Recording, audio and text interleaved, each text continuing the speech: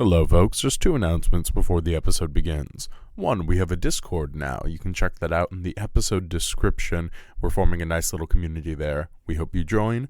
Two, we unfortunately had an audio issue, which means we had to use Jack's backup audio. Everything is okay. In fact, we upgraded our mics, so the audio quality should be even better. But there is still the Discord audio suppression to deal with, so if Jack's audio sounds a little swallowed, that's why.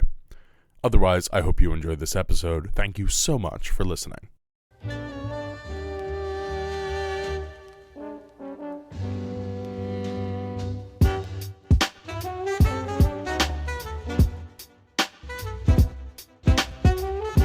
Hello and welcome to A Grain of Sanderson, a podcast where we are foolishly attempting to read all of Brandon Sanderson's works in publication order.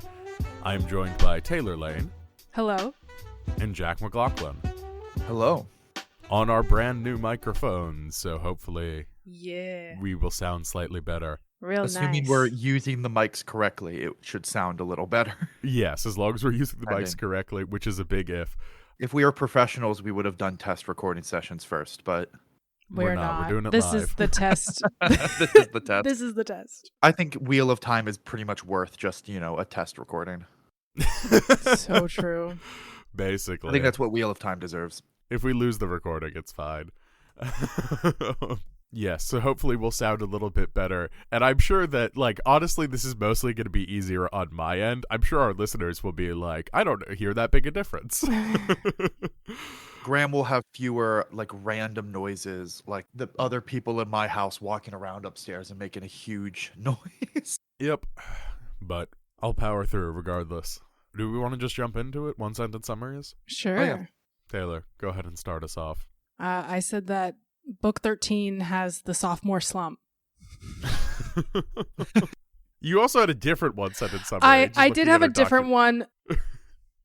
Very short and sweet. In all transparency, my original one was dog shit book. Yeah. I have two. One is a little more positive. The other one's my alternative one is more snide. The first one I wrote which I wrote when I was halfway through, was help. I actually cared about Perrin more than any other character in this book, as a cry for help. And then my alt one sentence was, hey, remember this character? The book. Yeah, for sure. My one sentence summary is, Taylor, I was wrong and I'm sorry. Because I helped Taylor set up her mic yesterday on a Discord call, and I said, I think Jack and I are more positive on this book than you are. And full transparency to the listener at home, I was at the exact halfway mark yesterday. You said 2/3. I thought I was 2/3, and then I opened the book, and it was 50%. Wow. Graham, the person who leaves half of a 1,200 page book until the night before we're recording about it and then successfully finishes it. I reread a chapter this morning because in my sleep deprived state, I sort of lost some of it at the end. But I had gotten through the first half and I was like, oh, this is much better than The Gathering Storm. I still think that this book is overall better than The Gathering Storm. Wrong. I do think that the first half is much, much, much stronger than the latter half. I think I agree, because I think I was being more positive about it in the first half, and then Stockholm Syndrome carried me through being like, this is fine the second half, until I thought about it a little bit longer. I'm proud to say I hated it all the way through, so I'm proud of you. Principled and strong. Thank of all you. of us.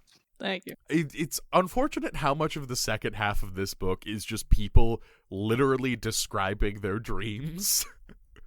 And it's like, no. Not a single dream sequence in these fucking books matter. That's not true. They kill one in The Forsaken in a dream, and it kills her in real life, but I don't care. And that whole dream sequence was, oh yeah, we win because we believe we win. And then it's like, okay. Yeah. That's like Dream Magic 101. Sure.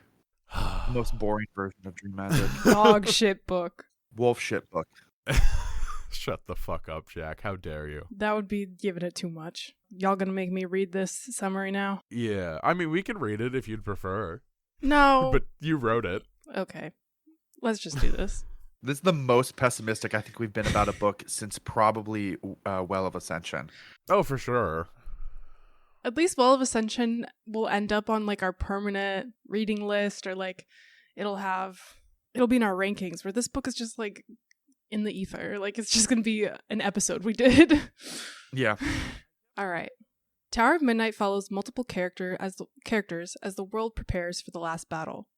When originally presented with this project, Sanderson made the call that there was enough content to split the final book, A Memory of Light, into 3 books. Tower of Midnight is the second.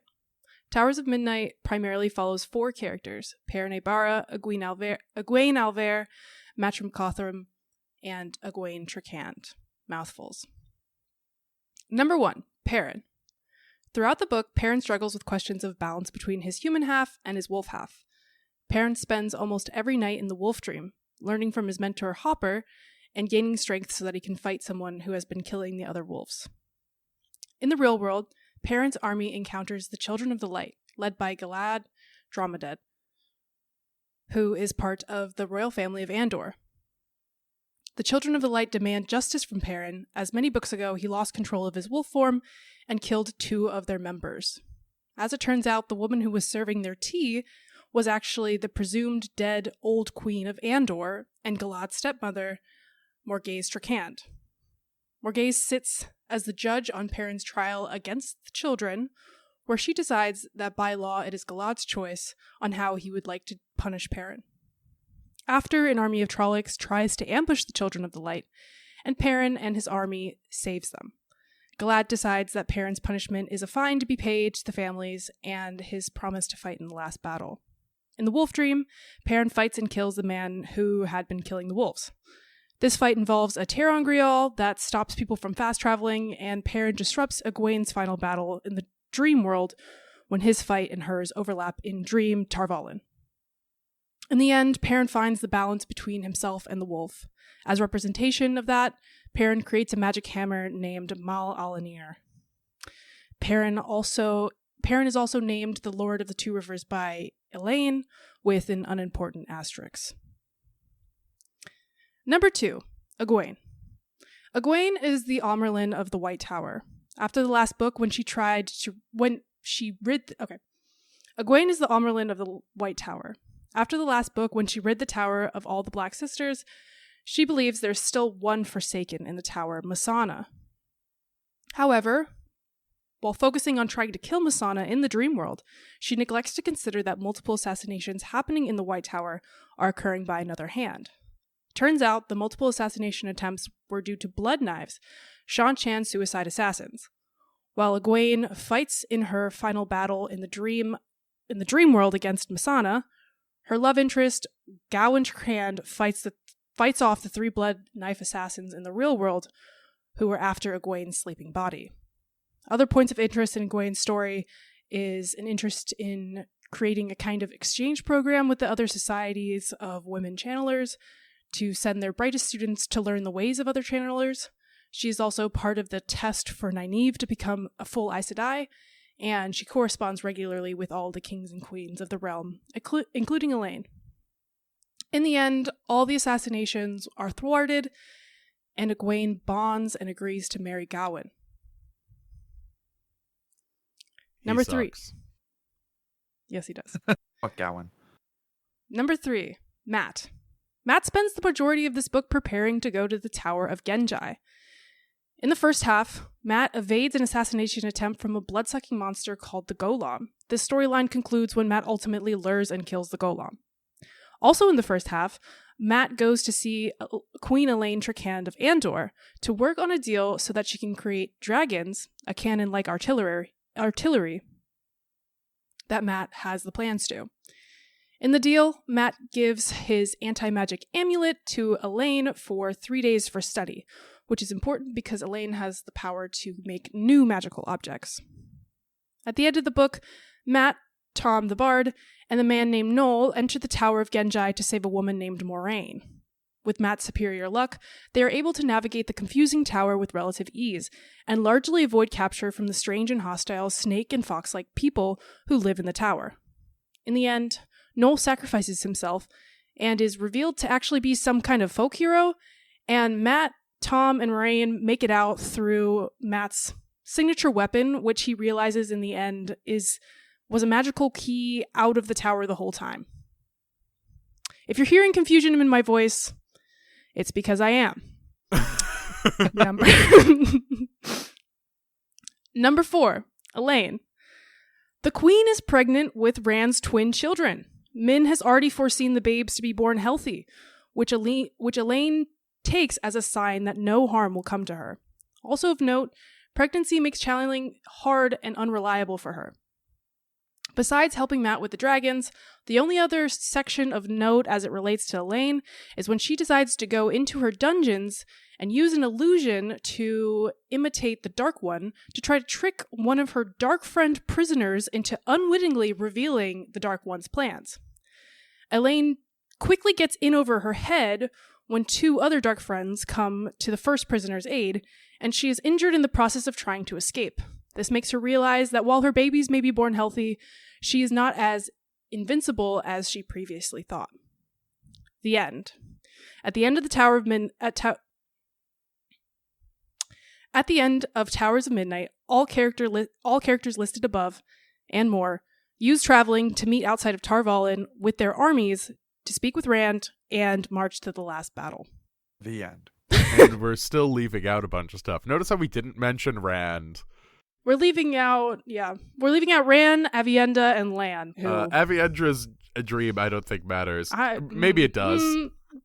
It matters because it's fucking crazy, but... Yeah, it's true. Lan and Rand are both kind of like bookends to the whole book too. Like they're not even like really that important throughout the book. It's mostly just... Well, I mean, in the first quarter of the book, Rand is really important, and then the book just stops focusing on him because it has to tie up all these threads with our other characters. It's basically just like he makes people agree to go meet him, and then... Yeah, but there's so much momentum when he's on screen, which, like, absolutely was missing from the previous book, and also many of the other books, but, like, suddenly there's this Rand, he's taking action, he's got a plan, and that's sort of where I wanted to start off. When Rand shows up in this book, he's a different dude.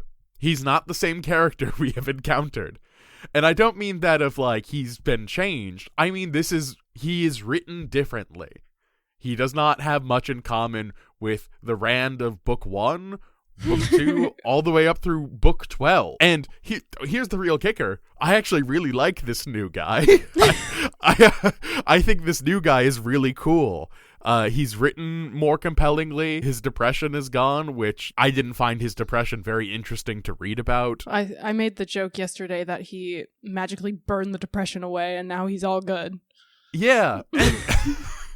Well, Graham, it's like you were saying, there was a lot of momentum in the first part of this book that made me think the rest of the book was going to be good. And then, like... Yeah.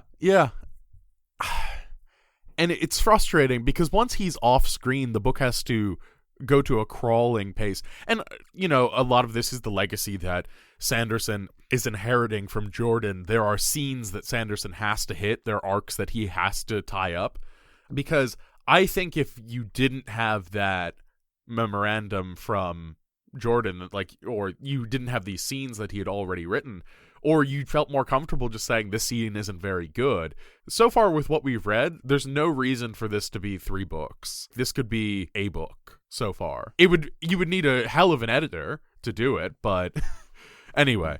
But to go back to my point about Rand, he just has a really interesting presence and character work being done now. I love the scene of him talking to Egwene at the White Tower. But here's the thing. I really wish we got to see that character change on screen, because I can only presume this happened between books over the 3 days that we learned have passed since the end of book 12 that we just read, since the end of the Gathering Storm, which again is wild, because at the start of this book it feels like it's been months. Like that's the vibes, and again it's been 3 days. I mean, we got a little bit, like, it's very much like it feels to me like we're seeing the Rand post his, like, metamorphic experience on the top of Dragonmount at the end of the right book. Yeah, I mean, I assume that this is a synthesis, but I would love to see the process of integrating Lews Therin rather than, like, oh, there's Just a climactic moment where he accepts it, and then we don't really get to see the payoff and, like, the process of how he accepts Lews Therin. It's just, he is this new guy now. Or if That's like fair. this, or if this new guy was more grounded in Luz Theron, because all Luz Theron did was cry in the previous books. And It doesn't feel like he integrated Luz Theron so much as he kicked Luz Theron out of his brain. but Luz Theron was the depression. again, like I don't But know I'm what not is an going I'm on. not an expert, and I have no clue who Luz Theron is. So actually, don't listen to me. I don't think reading him as depression is entirely wrong. He was like the previous dragon. Right, but I think he's accepting the previous dragon into him. And you're right, Jack. It does feel like he's kicked him out rather than, well, he hasn't really kicked him out either, because he still has Luz Theron's memories and abilities, and like in taking that in, he's now like a good channeler, or a much better channeler than he was in previous books. So I don't know. Whatever. Yeah. He cleansed That's gonna be this whole episode. Whatever. He cleansed Cited, and now all the guys are happy. I don't know. I mean, I think a big part of the reason why I and probably Graham were more positive about the start of this book is because one of the biggest problems with Gathering Storm was that it felt like it was an entire book of setup. That entire book was just, hey, we're building up to the last battle. Let's have an entire book that's just about going around and checking in on talking to the people that we need to gather, and like getting people to agree or disagree to be allies, and like that was the whole book. The whole book was organizing the meeting. Was like the whole book of Gathering Storm was just like, let's make sure everyone's on the same page. And then this book felt like it was actually like a payoff to start getting to the action. Like the prologue with Lan building up his big army and like going off, like battles starting to actually happen, Rand getting his shit together and kind of putting the hand down to be like, okay, let's actually like do this, let's actually be productive, made it feel like action was going to start happening. But then this book ended up being just kind of more like, okay, we're back to scheduling the meeting. We're just in a better headspace for it now. Yeah. It's 3 days later and my depression is cured. Yeah. I was going to say Elaine's characterization just pissed me off the most, because we talked about in Warbreaker where Vivenna's like inner monologue is like, oh my God, I'm doing nothing. I can't do anything right. And then she's like the most active character. Elaine has the opposite inner monologue where she's like, I'm doing so much. I'm impacting everything. And then she's actually like super passive and doing nothing. Like, I was like, I'm pissed off. Like, you are pissing me off. Like, and if that was more intentional, I think I would be really into that. It'd be very funny. It'd be like a Cersei Lannister kind of character, right? Yeah. I mean, that's the thing that I love about Cersei is she's like, I'm so smart. And then like you get another person at King's Landing who's like, God, this woman is just unstoppably stupid. Yeah, and then, I mean, I think I was also a little more into the beginning momentum of this book when it felt like this book was going to be more about, like, having cool fantasy adventures and like, this book felt like it was promising me actual action was going to happen in this book. And then there was more. I maintain that more action happened in this book than happened in Gathering Storm. Yeah. But, like, it was fine. At best, it was fine. I honestly, I don't even think the action matters.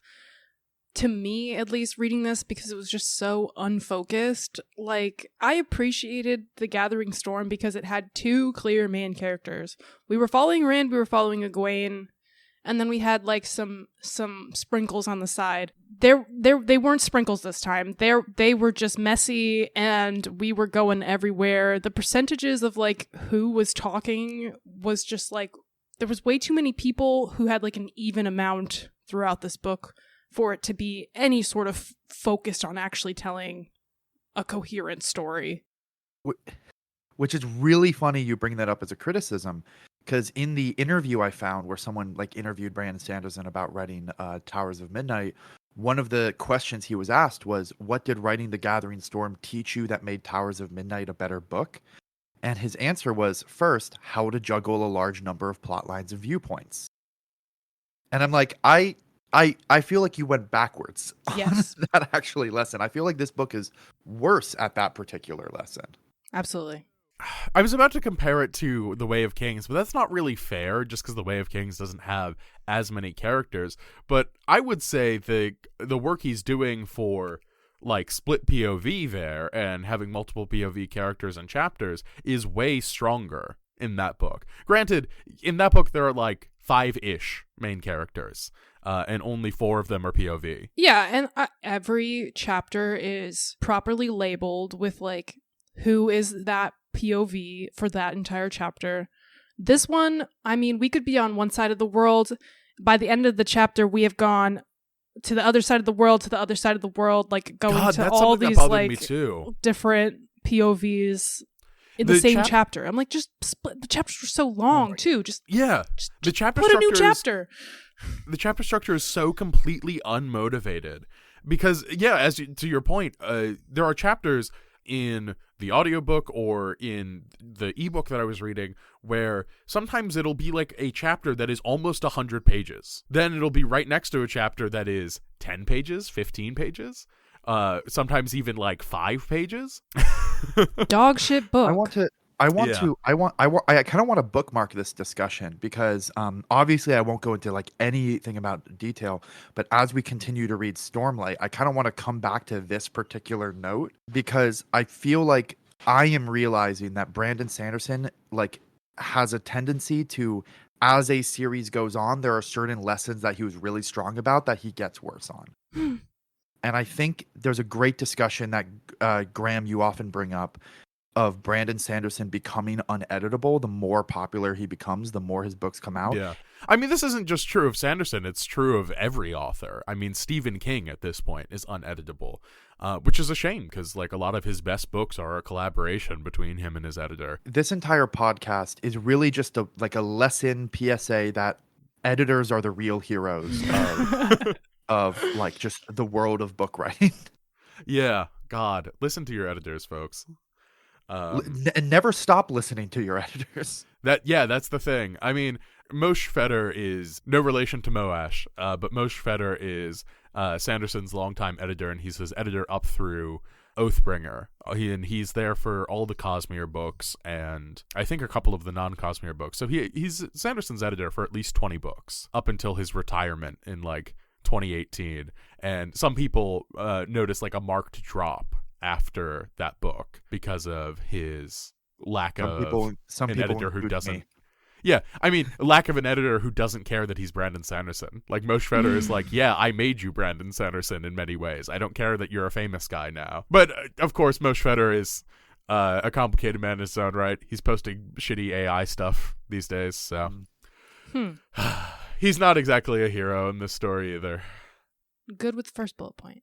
Yeah, I do want to, with the first bullet point... Oh, yeah, you had something about the beginning of the book. Well, I'll get to the point about the beginning of the book, but the other point that I wanted to bring up about, like, our characters being different guys, this Matt Cawthorn is a different guy. When I read The Gathering Storm, I read through it and I was like, yeah, he's a little different, but I don't really understand why people complain about how Sanderson wrote Matt. Like, he's a little more sexist, but this all seems like playful in a sense and sort of a denial of his marriage and like, you know, deflecting. This all seems relatively in line with what I've read of him so far. And then this book, I'm suddenly like, oh yeah, this is a different guy. He's no longer like playfully sexist or like using it to deflect. He's just a misogynist in this one. Going back to that same interview that I was talking about, this, just to be clear, this is an interview on A Dribble of Ink, an interview from November 2nd, 2010. Aidan Moore, I think that's how you pronounce his last name, Aidan Moore. And we'll get to this more when we get to the bullet point I want to talk about, like fan feedback. But one of the big things he cites as a piece of feedback he thought the fans were right about and he tried to correct was Matt's voice. Apparently, when Gathering Storm came out, a lot of people disliked the way he wrote Matt to the point that it impacted the way he updated the way he wrote Matt. He, in this interview, says that, what was it? He agrees that there was some issues with how he wrote Matt, and so he tried to correct them in this book that was much more Matt heavy. He did worse. I will say Matt was the most interesting character, but he was the most interesting character and he had the strongest characterization, even though he was the worst. Yeah. But he was the most interesting because he actually had a personality. And I was like, I found myself enjoying his chapters, even though I wanted to strangle him, just because. I mean, there's a scene where he's talking to a woman, and the woman is like, it's weird that Matt just leered at that woman instead of smacking her ass. And it's like, holy shit, what? Okay. It's also, maybe I'm misremembering the middle books. Up until like book 5 or book 6, Matt isn't really that much of a playboy. Like, he's just kind of an asshole and a drunk and a gambler. So, like, this characterization is him as, like, this playboy. Again, I haven't read all of them up through. None of us have read all these books. That's the whole project. But it's really weird to see him go from, like, just sort of a little bit archetypical to, I am a mega misogynist now. Okay, but everyone else is beige. So him being, like, this crazy misogynistic person who has like these outlandish like mannerisms, I was like, as much as I hate you, you are the coolest person in the building. I don't know. Yeah. You have the most character work. Oh my God, like, I guess part of that is like Odin is a huge playboy and Matt is so clearly in conversation with Odin. I mean, I made the joke last thing of like, oh, he's so in conversation with Odin, he doesn't lose an eye, but other than that, he's really in line with him. Lo and behold, in this book, Matt Cawthorn loses one of his eyes. He sacrifices one of his eyes for great power, which is something that Odin does. Also, his staff is like the Staff of Thought and Memory, which is the name of Odin's ravens. He's also called the Prince of Ravens, which is a title of Odin. And of course, Odin hung himself on the world tree, which is the thing that Matt does for knowledge as well. So, there's a missed opportunity in the Wheel of Time to be more in conversation with the myths that it's drawing from. There's going to be a really weird scene in the next book that I know about that I'm really looking forward to reading and talking about it with, but we'll get there when we get there. Yeah, when he lost an eye, I was like, I'm missing a reference here. I don't think it's Jesus because he didn't lose his hand, but it's someone. Yep, it's Odin. I that's another thing that I think is going to be really interesting to see as we go along is like fan response informing the work itself. Because it used to be about that. It used to be before fandom and before internet fandom especially. If you were writing a series, like Tolkien didn't get feedback from his fans between the Fellowship of the Ring and the Two Towers and Return of the King. The conversation, we alluded to it in some of the earlier episodes, but there's going to be a lot of interesting talk about Brandon Sanderson as a like head of a fandom and like his relationship with fandom and feedback. I think this is kind of like the start of that, where we're really starting to see some shades of his interaction. It's going to continue to be, I think, a really interesting conversation as we get, especially to Mistborn Era 2, as we get to the later Stormlight books.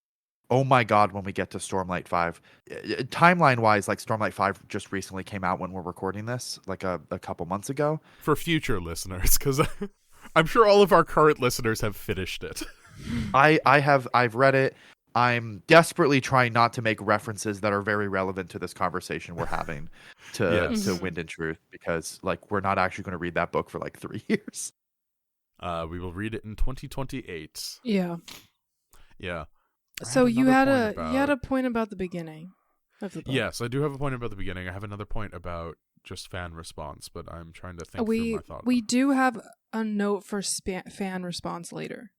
Yeah, we can talk about it then. The other point I wanted to bring up about the beginning of this book, so the very opening is Lanel Morrigan, and like a little squire comes up and like offers to squire for Lan as he goes into battle alone, and then by the end of the book he has like 12,000 people. However, the very next scene is a Graendal scene. We get Graendal's POV from when Rand deletes her with Balefire, and it turns out she secretly escaped. Who could have guessed? So surprising. Instead, it's revealed that he actually deleted Arengar. Arengar, as I described last episode, is one of the Forsaken. She is a... Oh, I know where this is going. Yeah, she is a trans character, technically. As in, she is a character who was not born as a woman and now lives as a woman because she was put in a woman's body as a divine punishment from the Dark One. Again, I cannot overstate how awful this is. Like, he fucked up, and then the Dark Lord was like, as punishment, you're now in a woman's body. You're resurrecting as a woman. Girl. Yeah. Which, girl. Again, awful thing to put in your book. Exactly, girl now. You cannot do that. Whatever. He did it already. Who cares? Yeah. And that's crazy. The book begins with a super casual rape scene, a lesbian rape scene perpetuated by a trans character. It's awful and disgusting, and I hate that it's in the book. And it's truly wild that the first, like, on-screen sex scene that doesn't fade to black, I mean, we don't get detail, is a trans woman raping a slave. It's Calling so her a vile. trans woman is giving her, I think, maybe a bit too much credit. Texturally, that's what she is, even if the author didn't intend it. Correct me if I'm wrong. Isn't textually she's a trans man, because she's like actually to himself, I guess, a man. Just no, because she gets her pronouns, and she starts to enjoy playing with her femininity. Like, initially she thinks of it as a punishment, and now she's sort of like, oh, I have more options for my lust. Is like a thing that she describes in one of the books later. Ew. It's so awful. And before someone says that, like, the person goes along willingly, she's still a slave. They have an Aes Sedai puppet who I believe is collared with one of the I think so. The Shan Chen collars. But yeah, it's a disgusting way to start the book, and I'm sure that this is a legacy of Jordan as well, or at the very least I hope this isn't a Sanderson original, because if it is, this is unforgivable. This is horrific. It's a fucked up thing to put into your book, and I think just unless you're going to make it a focus of your book, don't do it. And that's how I feel about the Wheel of Time's use of sexuality, and particularly just rape in general, is there are so many rape metaphors and just, like, rape scenes in these books. You know, they're not in, like, excruciating detail, but the fact that they're all over and they're not a focus point at all. Again, if you're going to put it in your book, you really got to do the work. And Jordan, at the very least, was unwilling, and taking on that legacy. Sanderson is putting this into it, and it's not very good either. And I just wish it wasn't there. I agree. I don't think that it was handled very well. I mean, there is also, though, these are the most evil people on the planet. So, like, he's not having his heroes do this. No. Like, this is not something clearly, like, that he thinks good people do and is like saying it's a good thing because he's made the most evil characters on the planet doing it. So it's like he's not endorsing it by any mean, but also it's like Satan's most prized minions are the ones doing this. Right, but it's also like, when is it okay to, like, using a rape scene like this just for shock value to make someone evil, I think is just beneath Sanderson.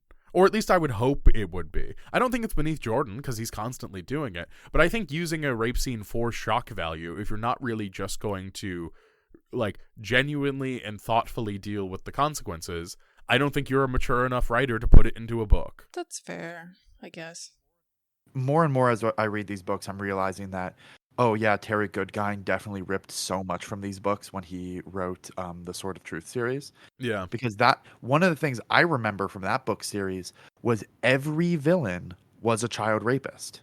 Like literally, like every villain had at least one scene where it's like, okay, they're like a rapist and a pedophile. And it was usually treated as just like, well, of course they are. They're a communist. And like, God, well, that's barely an exaggeration.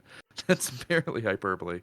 Anyway, we can move on from that point. We'll get cut down in the edit. Yeah, I guess we can talk a little bit more about like the fan feedback stuff now. So I was looking up interviews of like Brandon Sanderson, you know, talking about his books. I found some interesting stuff about like his experience writing Way of Kings and Tower of Midnight at the same time. Like Way of Kings came out first, but he was very much writing, like parallel writing them. And so many of these interviews keep referencing, like people keep asking him about like, how is he responding to the feedback that he got to Gathering Storm? And the answer is more or less a lot. Like, for example, here's one question. This was from Grasping for the Wind interview back in, this doesn't seem to, wait, is there a timestamp on this? I don't see a timestamp. But regardless, it's one of these questions is, someone asked, will Matt's character play a larger role in Tower of Midnight? Have you addressed reviewers' concerns about your interpretation of Matt? And Brandon's response is, Matt will play a much larger role. For one thing, a lot of the material that Robert Jordan left for Matt takes place in this book. But I did take a long look at Matt. Whether I've addressed readers' concerns about him is something I will leave up to the readers to decide. And then also, after releasing Gathering Storm and getting reader responses, did you change anything about your approach to writing Towers of Midnight? And his response, Matt was one of the main things I spent a lot of extra time post-reviews. With most everything else, I kept doing what I had already been doing. The tricky part with Tower of Midnight is that I was already going to feel like a very different book. So taking what people said about the Gathering Storm and applying it to Towers of Midnight could be dangerous because of the different tone. So I had to write it as best book I felt it could be, though one of the main areas I took a second look at was Matt. So there's a little bit of him addressing the fact that like he knows that like, write the book you're going to write. Don't look at fan feedback, don't take it, just write the book you're going to write. But it seems like in Matt in particular, I don't know if any of our listeners were fans of Wheel of Time back when these books were coming out, and so is kind of aware of what the general tone of like fandom for Wheel of Time was at that time. But it really sounds like he got a lot of feedback of people disliking the way Matt was written, or at least that's the feedback he heard. And he took that. He intentionally, when writing this book, was like, I am going to try and make a version of this book that people will like better, especially with regards to Matt. It's worth noting that in this book, Matt has a monologue about boots. In fact, the chapter is literally just called Boots. And it's worth knowing that the Wheel of Time fans, they fucking hate it. Why? Just because he's talking about boots? That's one of the things that I think is interesting. I don't think it's that bad. However, like, here's some fan responses just from a Discord I'm in. Just got to the first Brandon Sanderson Matt chapter I reread, and it's completely jarring. I don't think any character in the entire series has said that many words uninterrupted before. The Boots diatribe is up there with the very worst writing I've ever had the misfortune to read. That monologue is just bleh. The Boots thing was so Sanderson, I found it funny. At how obvious it was that Sanderson was writing it. I mean, it didn't bother me. It's not like Robert Massive Bosom Jordan is writing from the elixir of heavens anyway. So, like, just some of the responses there of just, like, truly abysmal of how this monologue is received. And again, I don't think it's, like, any more or less egregious than anything else in the books. Like, I don't think I thought about it once after reading it. Like, it was just like, okay, like...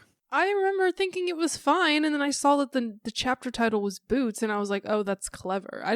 Okay, I will say, I've only ever read the Sanderson stuff, so yeah, I don't know anything about Matt. I guess I can see how such a character might never use, like, metaphor, because all he does is, like, curse and look at ladies' boobies. Mm-hmm. So maybe, like, this metaphor was a little bit too complicated for our boy. That is a really strong response. Really strong response. I'm sort of fascinated. He wasn't objectifying women enough in that monologue. That's why people didn't like it. Yeah. Okay. Tell him. Boots, like, all over this fucking Discord are people complaining about the fucking boots. Also, I don't understand this joke because I'm not sure it's, I think this might be in Wind and Truth, but someone did make the point of who'd have thunk that both of Brandon's big series would have a cringy boots scene. Oh no, that's Words of Radiance. That's the next one. Oh, is it Words of Radiance? Excellent. Okay, yeah. Cool. All right, looking forward to the cringy boots scene. I'll look out for it. I think that's more people just hating Shallan than it is actually been. Anyway. Also, in terms of just like fan response, one thing I want to shout out as well, we have shouted out Just King things many times on this podcast. I would like to shout out one of the Range Touch Network's other shows, specifically Homestuck Made This World. And for anyone who has not listened to that, please go listen to it. You don't have to read Homestuck. I read the first arc of Homestuck, which is only about 200 pages of a comic. And I was like, that's about enough for me. And I continued listening to the podcast because it ends up being a really remarkable work about fandom and fan studies that I think is really, really excellent. So if you are at all interested in fandom response and fan studies, I highly recommend Homestuck, which is so deeply in conversation with its fans that like the fans literally get to decide what happens next in the story. So yeah, just a really excellent resource. I'm trying to think of other authors that it'd be interesting to compare in terms of fan feedback. And once again, this fan feedback conversation, I think, is going to be one we end up having almost every single episode with every single Brandon Sanderson book as this goes on. Yeah. Especially Mistborn and Stormlight. Another point of comparison is trigger warning J.K. Rowling mentioned, but is J.K. Rowling. Like, that's a big thing that people talk about with her books as well. Which is that I think there was a Sean video which put this articulated this pretty well, but it's like the one book delay on something weird about her books, where she will introduce something in her books, the books come out, people point out that like, hey, this kind of doesn't make sense with the world building, this doesn't make the this is a little weird, or this is like, oh wait, this has like greater implications that she doesn't want to deal with, and then the next book is, oops, Neville tripped and broke all the time turners, so don't worry about time turners anymore. Yeah, that sort of thing. The one I was going to bring up is if you read those first two books, the house elves are just sort of, at least when I first read Chamber of Secrets, I was like, these house elves are clearly like members of wizarding society, and the reason that Dobby is so poorly treated is because he's owned and enslaved by the Malfoys. Clearly not all house elves are like this, and this is sort of a satire character on like British servant classes and like British manners. Clearly not all of them are like that.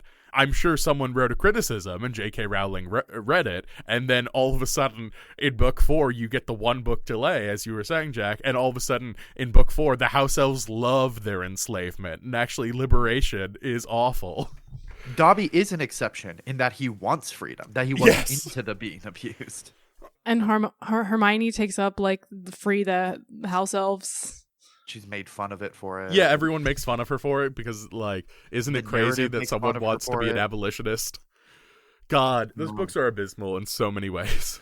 It is very interesting because like the whole discussion of how do authors respond to fan feedback is such a like modern day, like last 20 years of books discussion because of the internet, because fandom existed like as long as novels have existed, but fandom in this form, in this degree of pervasiveness, did not.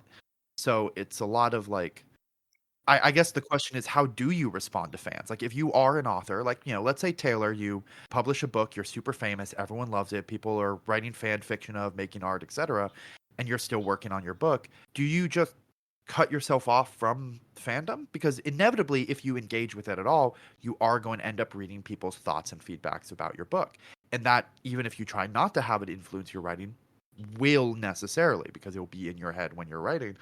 So do you cut yourself off from it? Do you just limit your engagement with it? I think here's like a perspective maybe that I could give. I think Sanderson is by far in the minority of authors who look at feedback. I think that looking at even popular fiction right now, no author is really engaged with their fandom or wants to hear feedback like that. And I would say that I am regularly impressed that Brandon Sanderson, it takes a confidence to look at what someone else is talking about with your writing and be so confident, I guess, in what you're going to write that like it doesn't matter what people tell you, it doesn't matter what theories you hear about what's going to happen, it doesn't matter like what questions you're getting, what feedback you're getting, that he has such a strong vision and such a strong confidence in his own writing ability that he like that these things can just like go right off of him like, you know, stones in a river. Like he does not he is undeterred by things that he gets, where I feel like that is not the author experience. I know that like if I'm halfway through a project and someone tells me something, I'm like immediately like second guessing myself to all like to high heaven. Like I'm not, there's no like, and I know the three of us went to BookCon in DC, and we heard Rebecca Yarros talk, and she talked about this too. She was like, if I see a fan theory, if I see anything, I immediately close out, because she doesn't have the confidence, I think, that Sanderson for some reason has, where like nothing that a fan could tell Sanderson would change the outcome, I guess, or like or like it might change the outcome, but like he has like the confidence in his own story and what's the stories to come, that is not something that makes him insecure, I guess, or like would make his story insecure. Sanderson is the exception. He is not the rule. Well, I would say in some ways he's the exception, but I think a lot of authors, one, I mean, yes, it is just hard to hear criticism sometimes, but also like a lot of authors can get into legal trouble if they listen to fan response in the same way. Like if you see a fan theory and it ends up in the novel and like you can prove that the author read it, you might have a claim to like take legal action. As like this is something that's normally talked about more in the world of television and film. It's the reason that if you write a fan letter and say, I have a great idea for an episode of the show, they have to destroy the letter.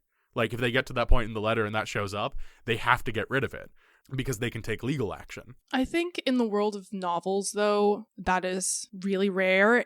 And it's extremely hard to prove. It's very, it's like, you know, you can sue for anything. Like, you might get into court and then, like, it's really hard to actually get the author on anything.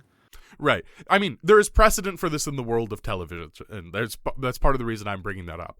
But I think we're slightly losing the plot here, first of all. A little bit, yeah. I think that, number one, novels have existed for far longer and have a culture around them. I think authors have a sort of different culture in that way.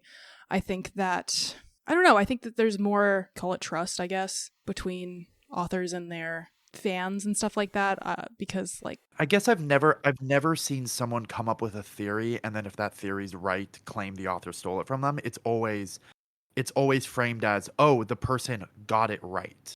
Like they guessed correctly what was always going to happen. Right. Yeah, exactly. The other thing I wanted to bring on in terms of like soliciting theories or feedback from fans and like really sort of taking that to heart, for myself, one of the reasons that I always bring up of like, I think it's bad criticism to talk about craft as a critic is because as a critic, our job on this podcast is not to give feedback to Sanderson. It's not to say the book would be better if you did this. Now, granted, I can say something I bring up often is I think this book would be better if it was shorter. And I talk about that in my experience because pacing is something that's extremely important to me. However, saying exactly what to cut isn't really our job. And that's something that I think is important to make a distinction about between good critique and bad critique. Of it is not our job to fix what we are critiquing. It is our job to help people understand why it did or did not work. Which is unfortunate that you say that now, because my next point for Towers of Midnight was the list of characters I would recommend cutting. Number 1, Rand.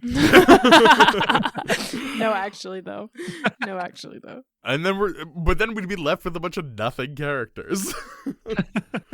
Apart from Matt, who sucks, but at least he's interesting. He sucks, but he's fun to watch, like a train wreck.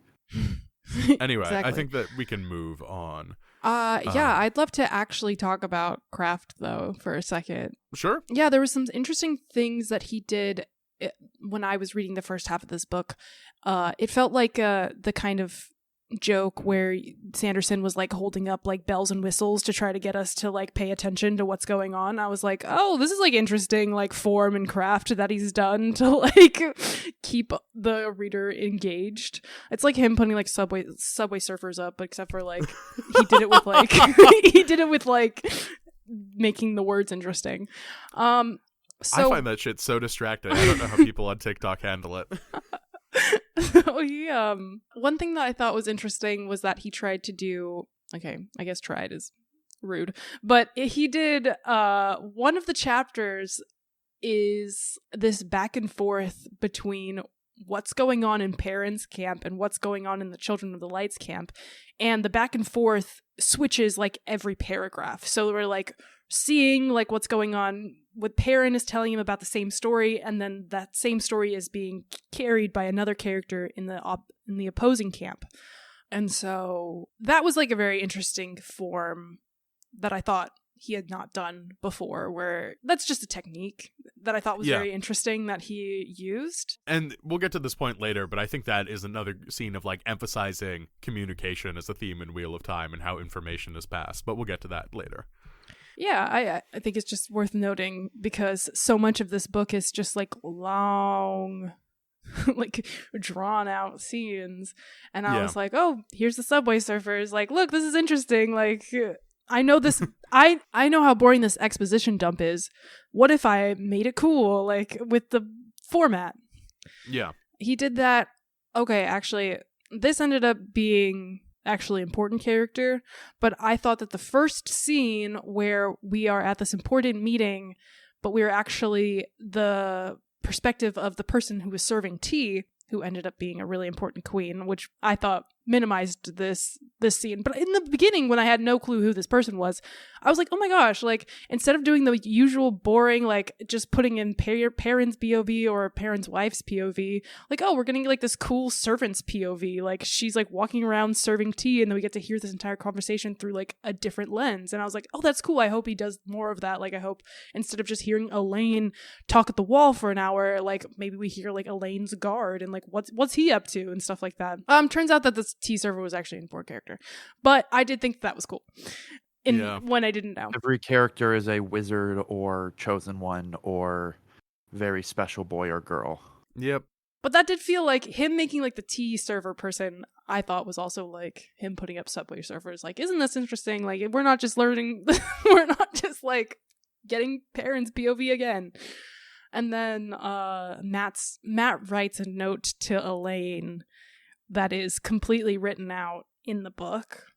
Mm-hmm. That is just hilarious, and I thought was really wonderful. Good. And it was definitely playing with the form of, you know, being in a novel. Like you can put like an entire letter in the novel and have like crossed out stuff. And I thought that was another like key jingling moment where he was like, look at this, I'm using different forms. Like it's not just me being like, I wrote a letter, like here's the letter, and it's really funny and cheeky, and I liked it. I mean, I think that those were interesting and cool things that he did. I do think it was try to distract from the fact that this was just a book with no form, like a book with no overarching like 3-act structure, but I also it's the ultimate middle book because it's like, as with your one sentence summary, because it's the middle book of a book that was split into 3, so it's just an act 2 with nowhere to go. Right, we've got nothing. I said that this book felt like a sitcom where the lines between the seasons don't actually matter because it's just like Monster of the Week, like the same thing. It literally goes Monster of the Week at one point, where, like, inexplicably, Matt is now on a Witcher contract with an anti-Semitic stereotype. I was like, there's no rise and fall. There's no 3-act structure. It's just a flat line, and we're just going from one character to another because we have to. Yeah. And that's why this is a dog shit book. And that is my theory. That is my... thank you for coming to my TED Talk. Thank you. Thank you. And it's worth knowing that people say this is one of the best ones. Wrong. I can see how people get to that conclusion based on the other stuff that I've read. The reason I started off liking it is because I think my biggest with Gathering Storm is that it's a lot of wheels spinning with nothing actually happening. And this book felt like stuff was happening. It turned out a lot of that stuff happening did not matter, which kind of wrapped around to it not being like very good. Perrin was actually like his army ran into another army. They fought an army of Trollocs. He was doing the Slayer character, which was like a reoccurring thing. Like he created Mjolnir. Sorry, not Mjolnir. Whatever the fuck it's actually called. That sounds very much like Mjolnir. It's Mjolnir, basically. It's the Wheel of Time thing, right? Like legends keep coming back. Yeah, it's meant to be this turning of the wheels, Mjolnir. And that stuff was all kind of like cool and like stuff is happening, like big epic fantasy action. And then just so much of it ended up not mattering or kind of petering out and not being interesting. Like honestly, if the whole book was just them going to this tower and finding Moraine, which Taylor, you said was like, oh, this woman Moraine. Moraine was like our introduction to Aes Sedai. Like in book 1, she's the one that shows up in the village and brings Rand. She's on Gandalf. The adventure. She's the Gandalf character. So this was like a surprise. Moraine's alive. Whoop-de-doo. Yeah, I mean, she basically disappears at a fight in book 5 or 6, and then it's revealed that this is what she's been doing this whole time. Yeah, if the whole book was just like them trying to get to this tower, them figure their way in, them getting out, I would have liked this book more, because at least that's like shit happening, right? Like if the book was about the Tower of Midnight. If the book was about that, it'd be done on page like 479 as opposed to page 900 or whatever the hardback was.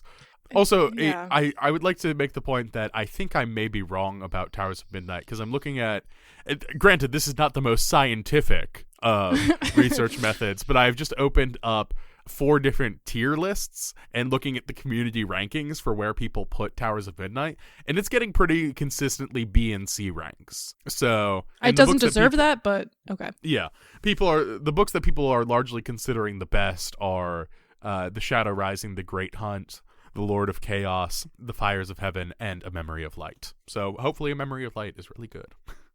Well, I'm hoping Memory of Light will be good, because we've just spent 2 whole books of doing pretty boring setup, and so I hope there's some payoff. If anything is set up in Memory of Light, I am going to be mad. I only want payoff. I want it to be 100% payoff for these last 2. Well, we get a little bit of what the payoff might look like. We get to see Rand destroy an entire army in this book, and to me, it's really boring. Because we keep getting these interludes of Aitaralda like defending this keep, and he's constantly fighting and just like exhausted, and all the writing there is like quite good, because again, Sanderson has gas he can turn on during action of just like it's so doomed. And then towards the very end of the book, Rand shows up and destroys the entire army with like a wave of his hand, and it's so anticlimactic. Again, there's no process for anything in these books. There's no context for anything in these books. It's always like things happen, but there's no... What's fascinating for a book that is so much setup, the payoffs are then kind of uninteresting, because the stuff that actually gets set up don't really pay off in these grand climactic scenes. Those grand climactic scenes and resolutions just happen. Fair. Anyway, you had a point, Taylor. I was gonna say, just speaking about every time you say that, like what we know about the future and like Rand, I think about this bookmark that I that I put. Avienda is someone we might not even talk about, but it's revealed that she has Rand's quadruplets. Yep. And then I wrote in all caps, "What is in Rand's spunk?"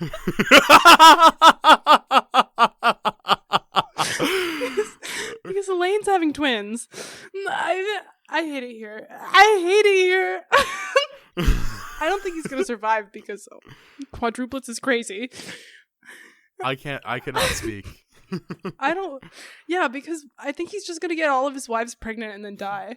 Which is crazy. That is like the fantasy arc of like... He has 4 wives, and each of them are going to 3. have like 10 children. Yeah, he's going to end up with 10 children with 3 He's pregnancies. bonded to 4 women, but one of them essentially rapes him, which is gross. But yeah, he has 3 wives. Anyways, it's crazy that you were like talking Perrin up, because when I was typing out my notes, I got to the end of my notes and I started writing like goofy stuff. And then I, as like an afterthought, was like, oh yeah, Perrin's a character too. I should probably talk about him. Totally forgot. On the flip existed. side, the fans Totally really like forgot. how Sanderson writes Perrin. Like, the fandom response for Taylor's doing a big thumbs down. Like, she's a Roman empress ordering an execution. What I mean is when you're reading Gathering Storm, I was like skipping the Perrin chapters because I was so bored. And in this book, I was at least like, this is interesting enough to read. But yeah, largely they think that, like, people can these days it often gets talked about in the sense of, I think the losing Matt and gaining Perrin is an equal trade, because basically they're like, his version of Matt is not as good, his version of Perrin is much better. Wrong. Robert Jordan is much better at writing misogynistic men. That's what I'm hearing. Perrin is completely beige. He's a beige human being with no... What the hell is the wolf shit? Can we pause? What the hell is the wolf shit? Like, whatever it needs to be. So stupid. It's like Twilight levels of stupid. I'm like, where are we? I hate it. It's so stupid. We're in the dream world. To my understanding, basically, there is the world of dreams, and even though Perrin is not a magician in this world, not a wizard, he can access the world of dreams through his wolf powers, which gives him the same dream powers that Egwene has. Now, you can't. Most of it is just like people describing their dreams. Here's the thing. I think a judicious dream sequence can be really effective. I don't think a narrative can be made up of dream sequences. And maybe I'm wrong. I mean, I found it very frustrating to read. I said, shut up, cry to someone who gives a fuck. Because he was just crying the whole book. I was like, I don't care about you. Marriage is falling apart. His wolf marriage is falling apart. Yeah. And you still can't make that interesting. You are such a boring beige character, you can't even, like, that's not even interesting. It's bizarre that his arc is starting in book 13. That's also crazy. Like, Perrin goes from unwilling to accept himself as a leader and unwilling to accept the wolf and the wolf dream in this book, in the whole series, to I'm all in, largely over the course of this book. I mean, like, it's nice to have a character with a complete arc in one book. It's just I wish there was more of that scattered across the series. Because I do think the character work, well, I don't particularly like Perrin. I think it's largely okay. Like, Taylor, I know you don't think it's very good, but, like, you know, on the page, it's coherent on some level of he starts the book not wanting to be a leader. At the end of the book, he's accepted the wolf inside him and also his ability to lead. Sure. It's functional. It's not great, but it's functional. Okay, yeah. Well, my critique is literally that, like, yes, that is a functional arc, and some of these other people also have arcs. They're boring. They're not interesting to read. They have no energy behind them. Mm-hmm. He's given me no reason to care. I don't know. Maybe that's because I haven't read the other books. I'm going to go out on a limb here and say even if I did read the other books, I don't think I would find him particularly compelling. Probably not. I think it's just like, because I mean, we said at the start that the original plan was Brandon Sanderson was going to write one, admittedly longer than normal book. Like, it was one like 2,000 page book, and then it was decided it was and Brandon Sanderson was kind of on the like, yes, we should do that, and he had to be convinced to split it to 3 books.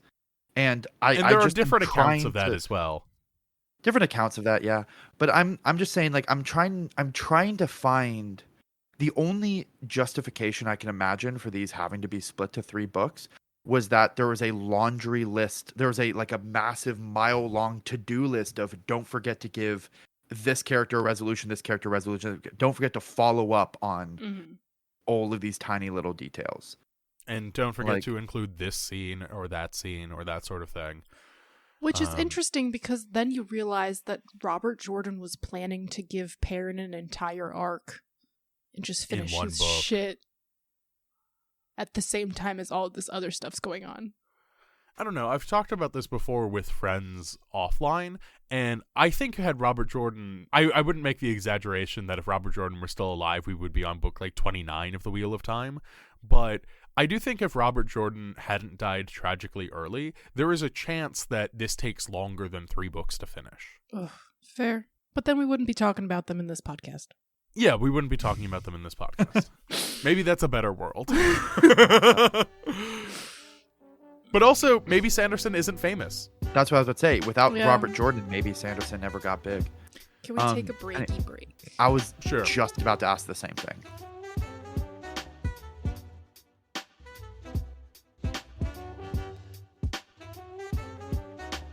We're back. Okay. We're back. Jack, do you feel like we've said enough about feeling more Sanderson in this book and less Jordan? or- I think so. I'm definitely noticing more of Sanderson's writing style that I'm familiar with, and you can kind of tell that he was parallel writing this with Way of Kings. Yeah, actually, let's turn this into a full point, just because. Okay. Make your point about parallel writing with Way of Kings, and I have something else. Okay, all I want to say about parallel writing was, so Brandon Sanderson was writing this book at the same time he was writing Way of Kings. Way of Kings was published first, but they were written at the same time. So in the same interview where I quoted about the feedback, you were simultaneously writing and polishing Towers of Midnight and Way of Kings, putting in 14-hour days. How are you able to keep Tower of Midnight distinct and faithful to Jordan without blending in your original work?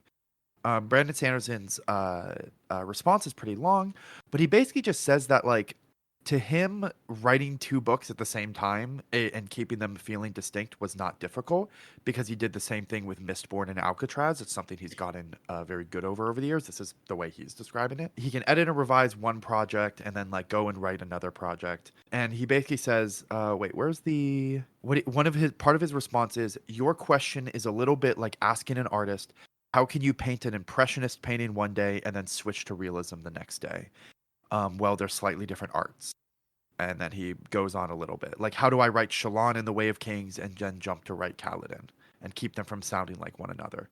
Which, to one degree, I can sort of agree with, like, in the sense that, like, you know, you're doing 2 different projects, like, you're in 2 completely different headspaces. But I don't know, Taylor, like, you and I do a lot of creative writing. I don't know if you necessarily agree with this, but is that something that you think is unique to Sanderson, being able to do that? Do you think he did do that? And do you think you ever kind of run into something? Because I kind of disagree, and this might be a my thing, but whenever I'm writing, and this is both creative writing and D&D, I feel like my writing style goes in waves and patterns. Like, if I was doing a very specific thing in D&D, that's going to show up in whatever I'm writing at the same time, and vice versa. I think it is I'm more in Sanderson's camp here. Yeah, I think that is a marked skill of a seasoned writer. I think that is something you pick up and you learn to pick up. And I'm in the process of learning, but yeah, I mean, I think giving characters distinct voices, and I do think that these 2 books were very distinct to read. Although I do think they are also in conversation with each other. Unless, Taylor, do you have more to that point? I don't know. I mean, the Way of Kings is so grand, and it's got this really big... To me, the Way of Kings is like a flat plain of land. Like, there's just, like, blue sky to, like, all of the horizon, and you're, like, in this grand, big battle. Whereas, like, the Wheel of Time is so tiny and, like, in a tavern type book where they just feel very different to me. I mean, and I think even down to sentence structure, like these books feel different. I think there's a lot in conversation thematically, and there's a moment that I was like, oh, I can really feel Sanderson here. There's a moment after Rand does his boring, I take out an entire army, and someone is talking to him about, like, you seem different, and he brings up the fact that he has to feel, he has to care. He's like Kaladin in this way. And, like, Rand's sort of triumphant statement is, I have to care. Like, the void is still there when I need it, but what's the point in saving the world if, like, I'm not here to live in the process? Which is very lovely to me. I think that is a great place for him to end up at. I mean, we talked about that last podcast. Yeah. I brought that up. Yeah. Because that was the climax of Rand's story last book. No, I talked about it when we talked about the Way of Kings podcast. I thought it was the other way around. I thought that was something that he picked up from Jordan, not that he came up with for the Way of Kings and then put in Rand's character. I think Robert Jordan came up with it and then he put it in Kaladin. I think it may be a little of both, because I don't think Rand would say it as clearly. I think this is always his arc. But again, like Rand learning... We don't really get to see what Rand learning to be a person is in The Gathering Storm. We just get the climactic scene where he banishes his depression away and accepts Lews Therin into himself. It's not until this book that we get to see what does Rand caring look like. Because in the previous books, we don't really get to see that either. We get to see, like, Rand always feels like he's just a puppet of prophecy previously. And this is the first time that we get to see Rand as an agent in his own story, even if he's still on some level just a vessel for prophecy. But yeah, there is more of Sanderson here for better and worse. If you don't like the boots, for worse. I mean, yeah, there's and also something that we'll see in Sanderson that he does, which I actually like about Sanderson's writing, is that we'll see a lot in Stormlight, and we see a little bit of Way of Kings, is that in Wheel of Time right now, it does seem like, okay, Rand got to his big revelation and he's fixed now. And in Stormlight, it feels like Branderson goes more the direction of like, well, being fixed is more of a process. You can have revelations that get you started on the right track. But like, for example, like end of Way of Kings, Kaladin still has depression. He just is maybe slightly better at dealing with it. I think that's basically all I think that's enough conversation about that topic. We can move on. All right. What's up with the 3 different women channeler societies? Yeah, that's more of a question, because they seemed like the most interesting part of this book to me, and I was disappointed that we got almost no backstory on what's going on with the sea folk, I think they're called. I wish I could give you like a really solid answer on what's going on with the sea folk. So there's obviously the Aes Sedai, there's also the Aiel wise women, and then for the sea folk, they have wind keys and wind finders. They're the closest thing that this book actually has to a proper matriarchy, or this series has to a proper matriarchy, because women are in control of all the ships, and the sea folk live primarily on their ship. Like they have actual institutional power beyond just kind of a allusion to it. But then again, there's some other stuff like all the quartermasters are men, so they control all the finance. It's odd. But that's because like finance is seen as like unimportant, so thus it's men's work. Again, another thing where I don't know if it entirely works. But the sea folk largely exist to get our main characters places. They don't have a lot of interest themselves. There is an entire book that's basically an ascended side plot where there's massive climate change going on because of the Dark One rising, and they fix that with a MacGuffin called the Bowl of Winds. So true. That's an item of the sea folk. I think it gets a brief mention in this book, but of course you two don't have the context for that. Yeah, I think it did. That sounds familiar. So yeah, basically the sea folk, I mean, they have their own structure, but we don't get a ton of it. I know, that's like, well... It's also worth noting that the book where the Bowl of Winds makes an appearance is one of the ones I have not read. Or maybe I did read it. Honestly, it all blends together. I think I was just really interested in this because, as I said last time we were talking about the Way of Kings, that the Aes Sedai society, I think I said that daddy will never love you. The men won't respect you just because you swore that you'll always tell the truth. Mm-hmm. I was just wondering if these other societies have like other stupid like rules like that on their women. No. I mean, they have their own rules and they have their own things, but they have nothing as binding as the Oath Rod. What we get a little bit of the Aiel. They seem pushed aside a lot and not really respected generally, but like within themselves hold themselves to a very high standard that no one else cares about. Yeah, I mean, I don't love how the Aiel are rendered. In text, they should be the most important people because they are the people who have kept true to the prophecies of the dragon.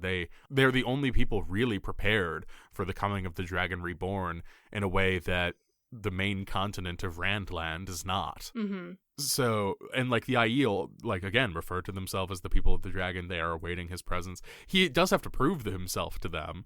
He has to prove that he is the Karakhan, the chief of chiefs, but... He has to do that again this book, like prove himself. Yeah, and The closest we get to getting a lot of ideal society and interiority is books 4 through 6. We get a lot of that, and a lot of it is just Dune. A lot of it is bringing stuff in from Dune and what Dune is doing with magic, and also, you know, it's trying to riff on the magic of indigenous peoples and how it differs. But like, as far as I can tell, I mean, there's some lip service paid to the Aiel have magic, can do certain kinds of magic better than the Aes Sedai, and the Aes Sedai can do magic better than the Aiel in some ways. But as far as I can tell, like, all of our most powerful, like, magic users are all Aes Sedai, or they're all trained at the Black Tower, so they're all Ashaman. There's not a ton that we get to see in terms of, like, actual differences in magic. It's just cultural difference, which isn't a huge part. It feels like you have, like, the Western educated, actual wizards who figure out that, like, the less sophisticated indigenous people have, like, one special secret that's, like... Yeah, it's very colonial. It's very colonial, yeah. Like, at the end of the day, the Aes Sedai are the better ones. They just were missing this one specific, like, oral tradition that, like... Yeah, do you have any further questions? Because I can try and answer them, but... I was also going to say that the way that culture is done in this book series is really interesting, because I feel like a lot of, like, real world culture usually, like, springs up from, like, a lot of different things, but, like, language is, like, a huge one, and where I think it's, like, kind of weird that, like, everyone in this world speaks the same... Okay, I could be wrong, but it seems like everyone in this world speaks the same language, so all of these cultural differences where people are constantly like, those Shan-Chen, like, they're so weird, they keep doing things so weirdly, is, like, really, like, contrived, and, like, the differences between all these people is, like, really strange, and, like, doesn't really make that much sense. Yeah. I mean, in terms of answering the languages questions, and everyone speaks English, and then there's the old tongue as well. Yeah, it just seems like the differences between the cultures borders on, like, it just feels like fantasy bullshit. Like, a fantasy author was just like, what would be cool for these people?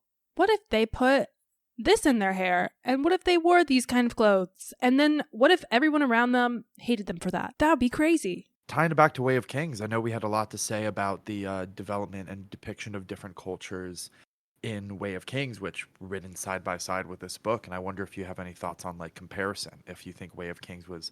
Because Brandon Sanderson was, like, definitely in this book limited by the fact that he was continuing someone else's writing. Yeah. The Way of Kings felt more thoughtful. This feels like he sat down an afternoon and kind of just, like, made a list of stuff and went with that for 12 books. Jordan is, like, carefully thinking about these sort of things. I mean, like, if you read any interviews about his sort of stuff, like, he does have a process. I don't think it's particularly... Does it translate? I mean, like, again, I think a good example of this is the description of the heron-marked blade sometimes shows up. The heron-marked blade is supposed to be the ideal sword. If an alchemist distilled all the best parts of a sword into one, it would look like that sword. Because it's supposed to take all of the best elements of the Japanese katana and East Asian swords and combine them with the best parts of the European longsword, and you reach this sort of perfect sword. And that's sort of the kind of work that he wants to do of, like, in a far future, might we re-examine something like medieval? How would we re-examine something indigenous? And, I don't think it largely translates, at least for us. But, these books have sold 100 million copies. Obviously, they work for some people. We definitely talked about this on the last Wheel of Time episode, but I've watched enough sword YouTube to know that that's not how that works. But anyway. Yeah, I mean, it's also fantasy. Yeah. I do think that, like, doing a lot of research with your sword doesn't translate to making interesting cultures that seem like they organically come from... I think the Aiel are probably the best because they've got, like, a bunch of little desert thingies that they do. Yeah, I think it's what happens when you think, hey, what's Japanese culture? Oh yeah, katanas. I don't know. And it's more completely rendered than that. I mean, if you look at his notes, there's a lot there, but also, like, I didn't need to look at his notes. I read his book. Wasn't good. That's the thing. That's the thing. Like, at the end of the day, I think Jordan is very much marred in American exceptionalism and American imperialism in a 100%. way that is hard to shake, and that's all over his book. Yeah. Yeah. Things are bleak for the heterosexuals. Oh, I want to know. Our next Like, section. I'm so excited to hear what you have to say about this. I saw that in the notes, and I was like, that's going to be my favorite It's just every single relationship for a heterosexual couple is bad. There's like, one, and it's not in this book. It's the one from last book. It was Gareth Bryn and the old Amerlin. C1. Yeah. They're adorable. Everyone else, They're in this leave book room too, for Jesus. briefly. Leave room for Jesus. Y'all do not need to be together. It's just, okay, so I don't think Perrin and Fael work very well because, I mean, most of the heterosexual relationships that we see in these books are, I am a deeply flawed man, and my wife fixes this part of me. My wife, who's demure and kind and perfect. Yeah, it's also worth knowing that, like, for the first, when Fael is introduced, she's constantly shit-talking Perrin in, like, a really aggressive and mean way. So to see her reduced to this, I exist for my husband sort of character is, like, disappointing. And, like, there's a little bit of playfulness left in her, but it's not the same character. Granted, she's annoying when she first shows up, but honestly, I would take an annoying character. Like, at least they're better rendered. But, like, every single heterosexual relationship is like this. And also, most of them have no build whatsoever. Oh, yeah, it's like they meet and get married, like, 2 weeks later, right? Yes, like, exactly. So I mean, there's a scene where... Who's surprised, though? Sanderson's shit at romance. I do not know what happened in and Elantris. so is Jordan. So, yeah. Moraine and Tom having no build-up to the relationship is so weird. It's also... God, in that scene... Okay, so at the end of this book, Moraine and Tom are like, let's get married. Now, keep in mind, Moraine's been gone for like a year, at least. And also, Moraine and Tom do not have a relationship before. Like, they flirt a little bit. At the end of the book where Moraine disappears, she's left a letter behind. And, like, it clearly moves Tom. But that's not the beginning of a marriage. That's the beginning of a... I did not know you felt this way about me. Perhaps we could get coffee sometime. Right. Sort of thing. Again, this is a fantasy book. It's supposed to be a fairy tale. It's not. But, like, if it was leading to more into that mythic or fairy tale mode, I would be less concerned about it. But this is a problem that I have generally with The Wheel of Time, that it's constantly implying an interesting story or claiming it has done the groundwork to earn a moment. But it never really does. It's constantly pulling the scene that I explained in our last Wheel of Time episode of something happens, and then we get a little bit of backfilling of that's why that scene was cool. Whether that be, trust me, there was a build-up to this romance off-screen, or trust me, I was this character the whole time, or trust me, this is a repetition of a scene in the wheel. We skip the interesting part. Like, show me that part. Like, show me Moraine and Tom building their romance. Like, that seems like it would be really cool. It's nothing without its context. And for Taylor and I, it's a little interesting just because we haven't read all the other books. So there's definitely been a few times where there was no build up to something that I just assumed there must have been build up earlier. And now I'm learning that there wasn't. Like, I assumed that there was more of a Tom and Moraine kind of romance going on that we just, didn't see, and that this was supposed to be a grand reunion that I just wasn't seeing because I hadn't read the previous books. Yeah. I'm thinking about bringing up a point. I might be speaking out of place, but from what I've seen, at least anecdotally on the internet, is that Mormon dating times are quite short. The courtship can happen. I mean, this 2 weeks explains can Sanderson. It doesn't explain Jordan. Jordan is Episcopal. Okay. That's so true. That is so true. Both Mormon friends I had in high school got married less than a year after meeting their partner. Right. It's also... I just Googled, why do Tom and Moraine get married? there's a bunch of people being like, there's nothing here that signifies that they would be flirting and all. And then there's someone, on the other hand, who goes, the virtues of a third read of the series, where they're picking up 2 lines where Moraine says, I will see you again, you will survive Terabon. And it's like, clearly they care about each other from that line. And it's like, wow, that seems like a line that Gandalf would just say. I don't think Gandalf is like, I will see you again, is like professing his deep and profound love for Bilbo in a romantic way. You know what? I think I'm willing to go with that reading of Lord of the Rings.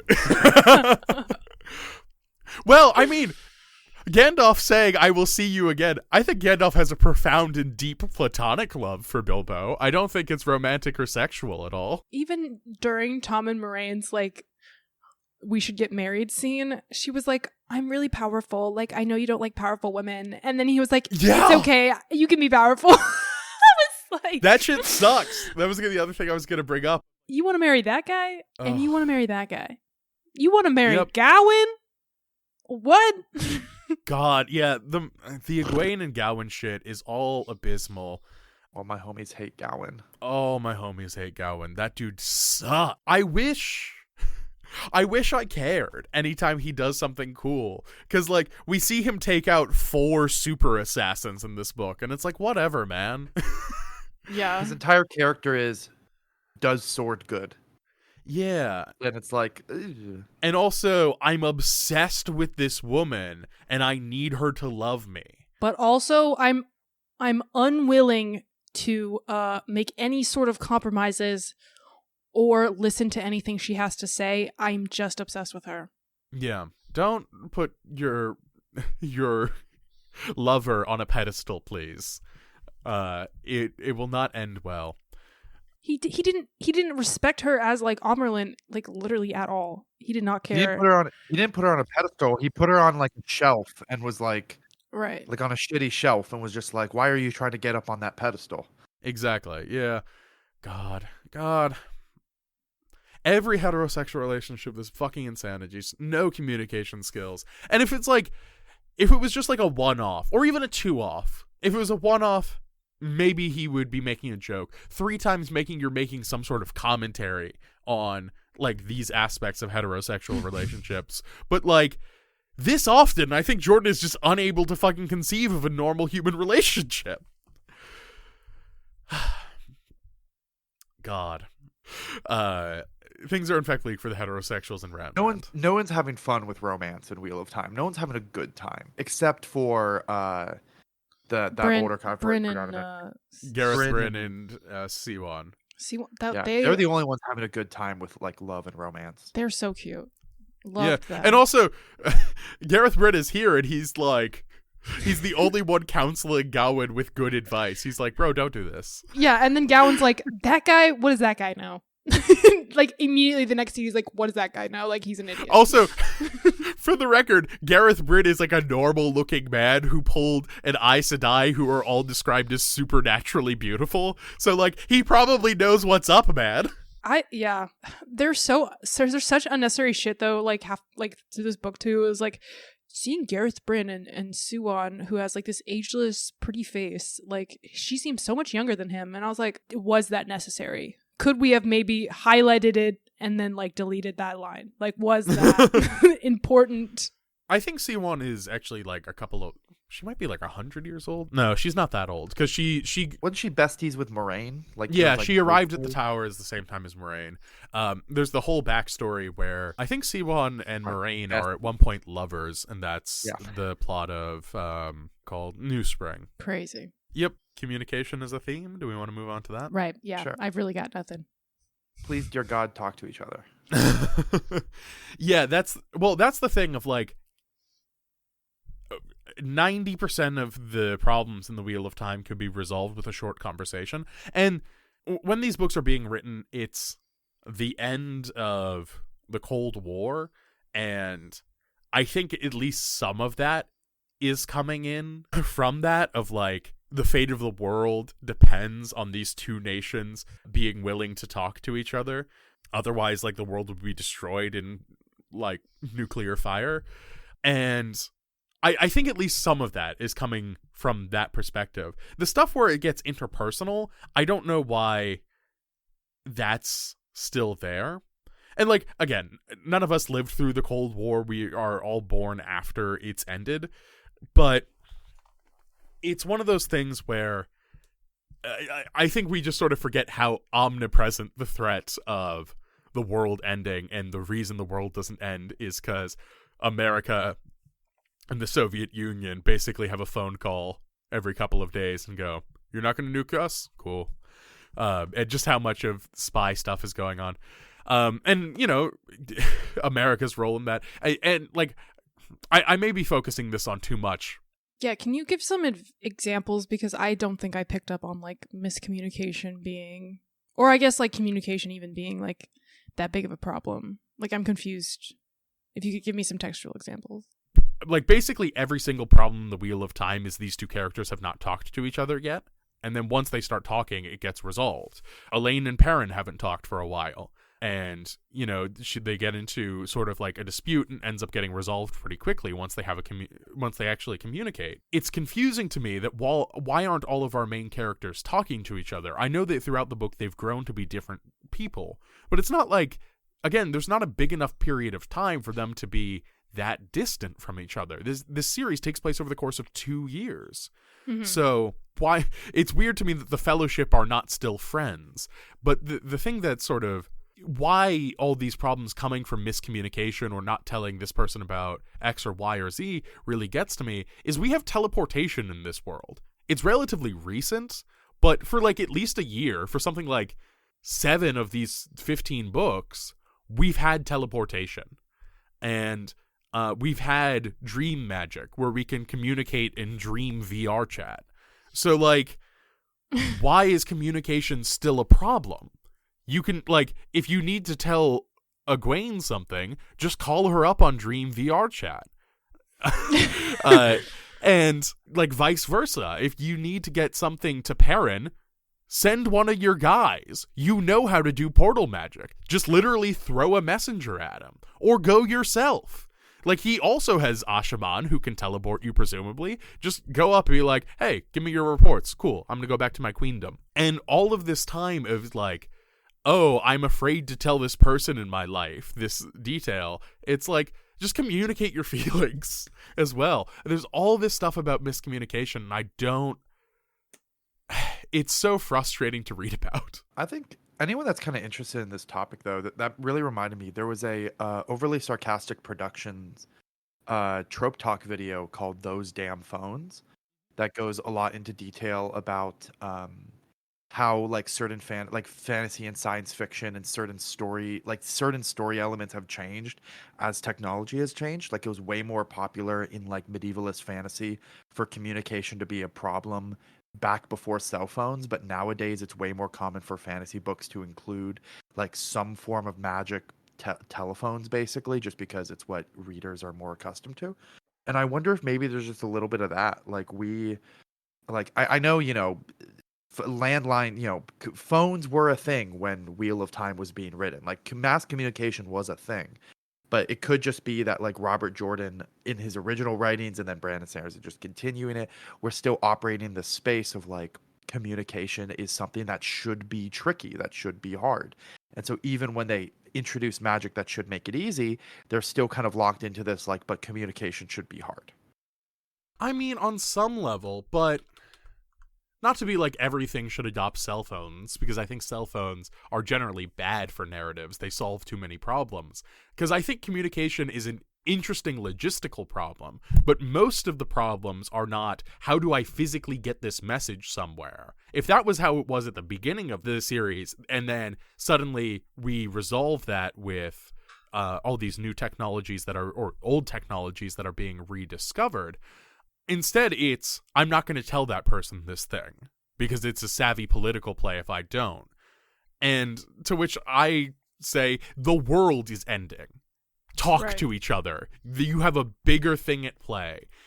You don't need to show, you should all be telling each other everything that you need to right now. Because, yeah, I don't know if I fully rendered this point correctly. do you know what I'm talking about now, or? I still feel like, can you give an example? Like, I still feel like I don't know what was not communicated. Like, you're talking like between the couples, or are you talking about like between the couples? And I guess so much of this book is them now communicating. But, like, for example, Gawain doesn't believe that Rand didn't actually kill his mom until he literally sees her.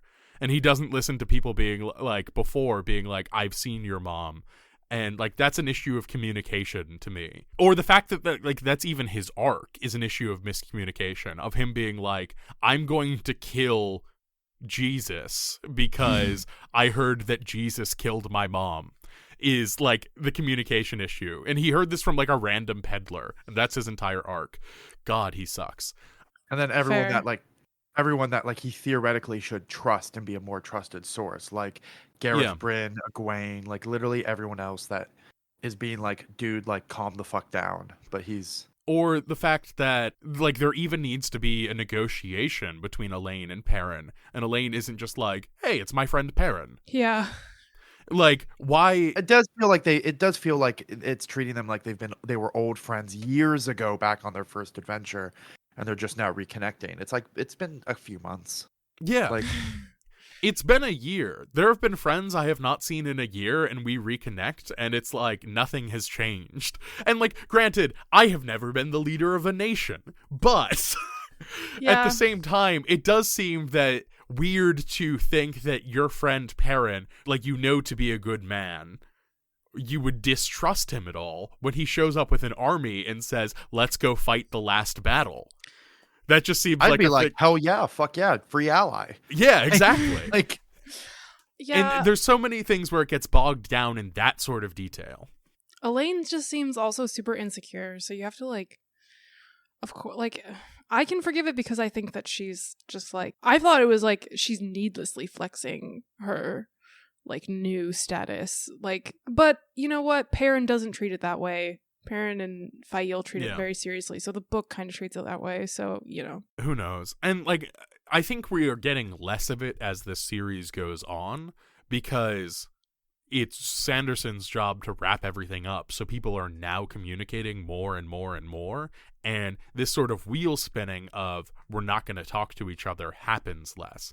But at the same time, communication should not be an issue at all in a world with magical VR chat and teleportation. Oh, there's even like Perrin like sees Egwene in the dream, and it's very like, no time to explain, I just fixed everything, and then leaves. Yeah. Again, it's like, you could have, I don't know, why has there been no time to explain? There's the entire like last book was you like fixing wagon axles and nothing happening. Yes. Why did you talk back then? There's lots of time. ADHD ass procrastinating, the email you're procrastinating on that would take 5 minutes to write and send. Yeah. One last thing I want to hit is on this thing of like lack of communication being a problem. Like, a lot of the objections to Rand are like, I heard he killed my mom, is one of the main objections we get to Rand.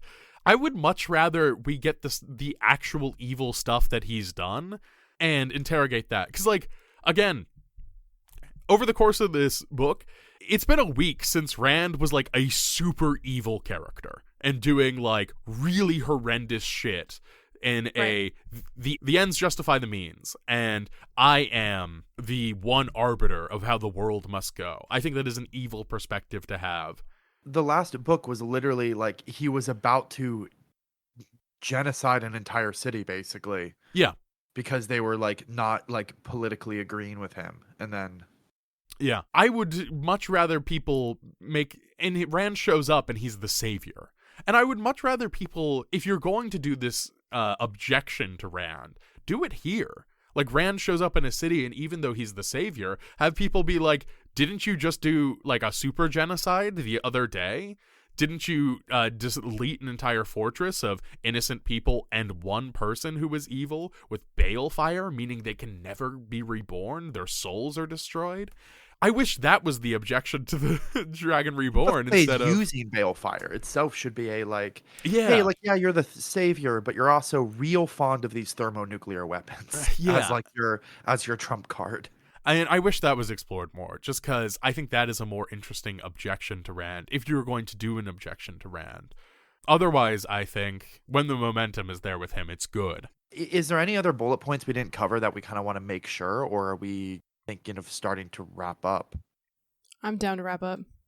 Yeah, I think we should probably wrap up. Yeah. So let's do our ranking. Taylor, you have updated rankings, which is why I want to talk about it. Because I know that these books are just going to go below, and that's not interesting, but you updated your rankings since Way of Kings, and I think... Oh, yeah. I would say that these books shouldn't go on our long-term rankings. Yeah. For the record, I think this book is above The Gathering Storm, but... and below the short stories that we didn't include, but still below everything else. I thought it was worse than The Gathering Storm. I thought it was much less focused. I guess the only thing that was really updated... Again, I'm not putting anything Wheel of Time on a permanent list. I think that when I read The Way of Kings, I would have probably put it like second, like right after Warbreaker. And now, giving it like a second, I put it beneath Warbreaker, The Hero of Ages, and even Alcatraz and the Scrivener's Bones. I think it's number 4 for me right now. Just because I was like thinking about its rereadability, and I don't think it's... I think that all those books above it are far more rereadable for me, but it's also got a length problem. I don't know. I mostly agree with Graham. I liked it better than Gathering Storm, but that was also kind of a low bar. I mostly just because, like, I do think it was unfocused. I do think it was all over the place. But in Gathering Storm, I think there was more very long sections where reading it felt like it was like just a chore, a job. Like I was just like, it was like I was reading tax forms for my job. I just had to get through it.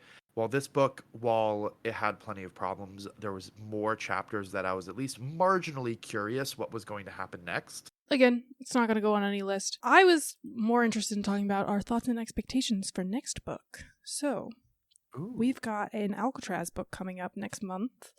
I'm so excited. I'm so glad to be back. Oh my god. Okay, like I liked Way of Kings because it's like one of my favorite books, but the last 3 episodes have been like monster book after monster book. Honestly, like for the listeners at home, this is the closest I've ever thought to I don't know if the podcast is going to survive is these 3 months. And thankfully we never have to read 3 monsters like this back to back ever again.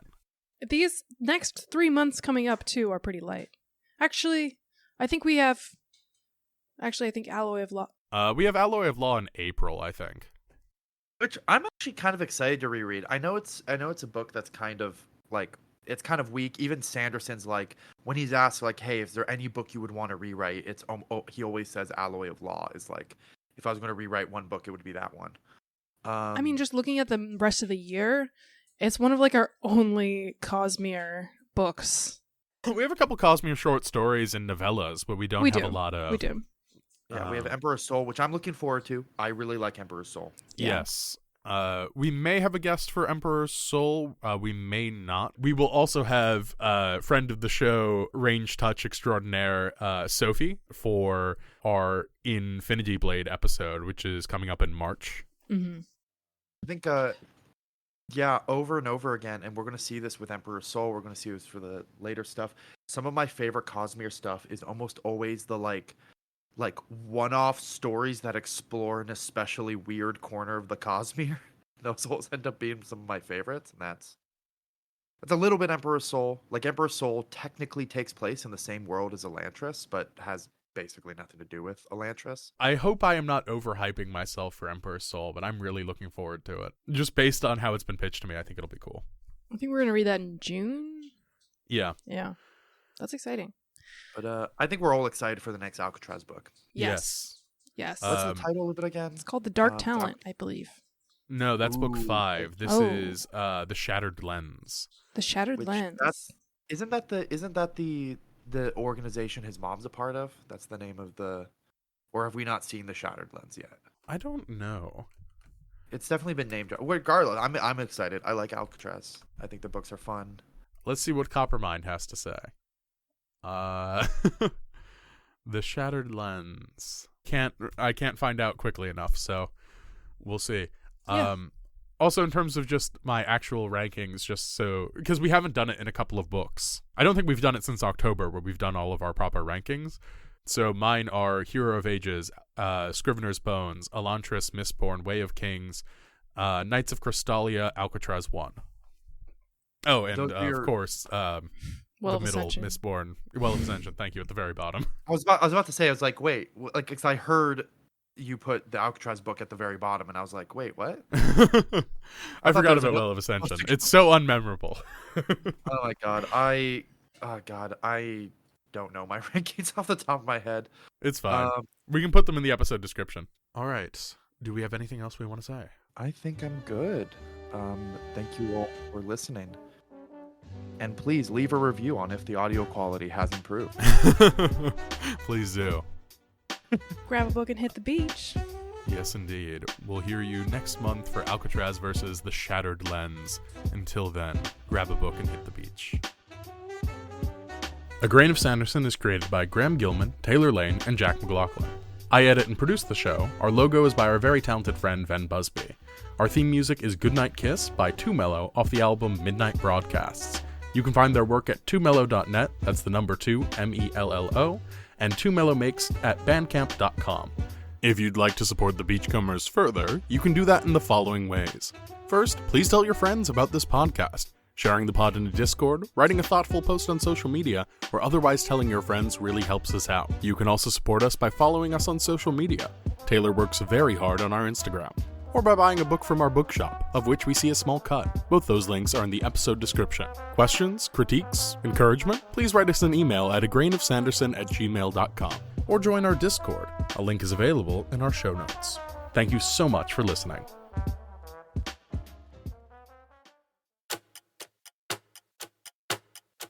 Oh my god, it's my best friend Taylor returned. Oh, hey. Oh, hey. What? I like how we're both, like, in PJs doing this. I think I look pretty cute. I've got the pink headphones, pink PJs, pink. It's a vibe. It's a complete look, that's for sure. Thank you. I don't mess around. I can imagine you greeting the police at the door with news that your rich husband has gone missing. Yeah, I just need the robe. Yeah. And I want to be clear, this conversation was fully like we were doing a bit and joking. We weren't talking about this seriously. But we are talking about, oh yeah, whenever in the future we get married and start having kids, we have to plan to make sure that the kids have the zodiac signs we want. We have to be like, well, we want our first kid to be a Virgo, so we have to be... Once again, society yearns for the Homestuck.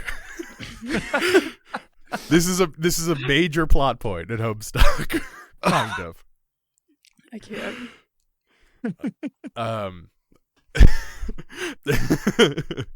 This will go at the end, but once again, please listen to Homestuck Made in This World. It's a very good podcast. Oh my god. Here's an endorsement for you. That podcast inexplicably led to me having a girlfriend. Okay, so now we do have bonus. Yeah. Now, hold on. I will say that relationship did burn very badly in the end, but it was fun while it lasted. Like Homestuck.